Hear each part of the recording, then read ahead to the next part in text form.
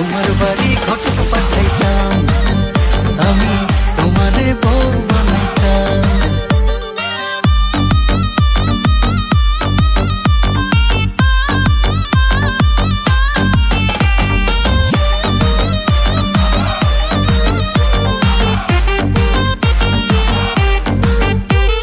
চোখ সরে না যত দেখি অবাক হয়ে রই, মনের কথায় আমি তোমায় কেমনে জানি কই।